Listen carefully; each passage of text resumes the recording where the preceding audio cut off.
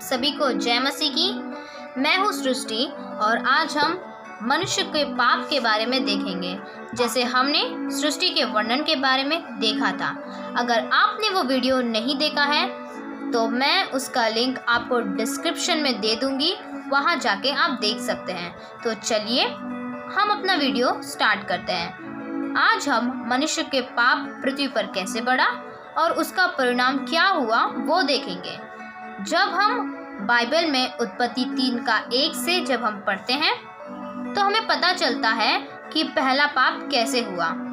परमेश्वर ने आदम हव्वा को अपने स्वरूप में बनाया था और परमेश्वर ने आदम हव्वा को आज्ञा दी थी कि वे वाटिका के सब वृक्ष का फल खा सकते हैं, परंतु जो वृक्ष वाटिका के बीच में है उसके फल को न तो उसको खाना और न उसको छूना, नहीं तो मर जाओगे। सर्प ने स्त्री से कहा कि तुम निश्चय न मरोगे, वरन परमेश्वर आप जानता है कि जिस दिन तुम उसका फल खाओगे उसी दिन तुम्हारी आंखें खुल जाएंगी और तुम भले बुरे का ज्ञान पाकर परमेश्वर के तुल्य हो जाओगे।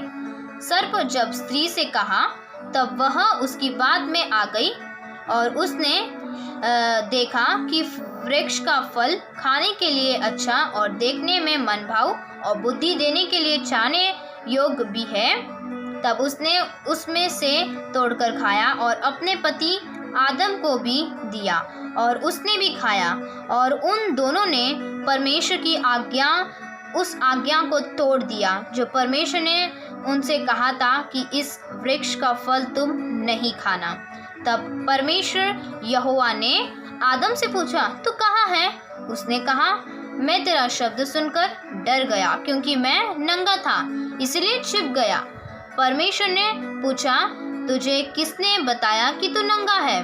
जिस वृक्ष का फल मैंने तुझे खाने के लिए मना किया था, क्या तूने उसका फल खाया है? आदम ने कहा, जिस स्त्री को तूने मेरे लिए बनाया उसी ने उस वृक्ष का फल मुझे दिया और मैंने खाया। तब यहोवा परमेश्वर ने स्त्री से पूछा तो उसने कहा, सर्प ने मुझे बहका दिया तब मैंने खाया। इस प्रकार मनुष्य परमेश्वर से दूर हो गया क्योंकि मनुष्य ने परमेश्वर की आज्ञा को तोड़कर पाप में गिर गया और परमेश्वर से दूर हो गया। इस कहानी से हम ये सीख सकते हैं कि आदम हव्वा एक दूसरे पर दोष देने लगे।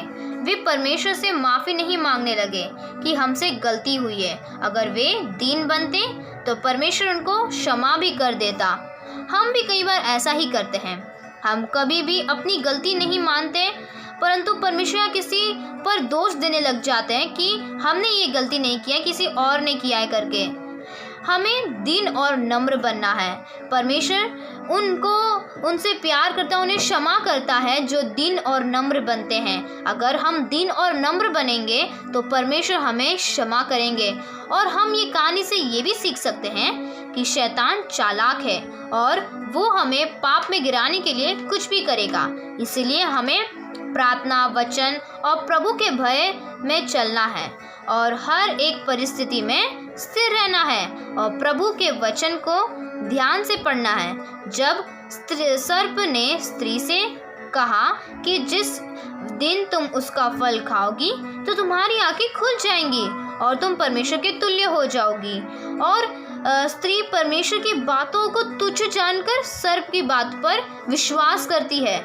क्योंकि हम भी कई बार ऐसा ही करते हैं, हम परमेश्वर के वचन को भूल जाते हैं, परमेश्वर की बातों को तुच्छ जानते हैं और संसार की बातों पर मन लगाते हैं, संसार की चीज़ों पर मन लगाते हैं। ऐसा हमें नहीं करना है।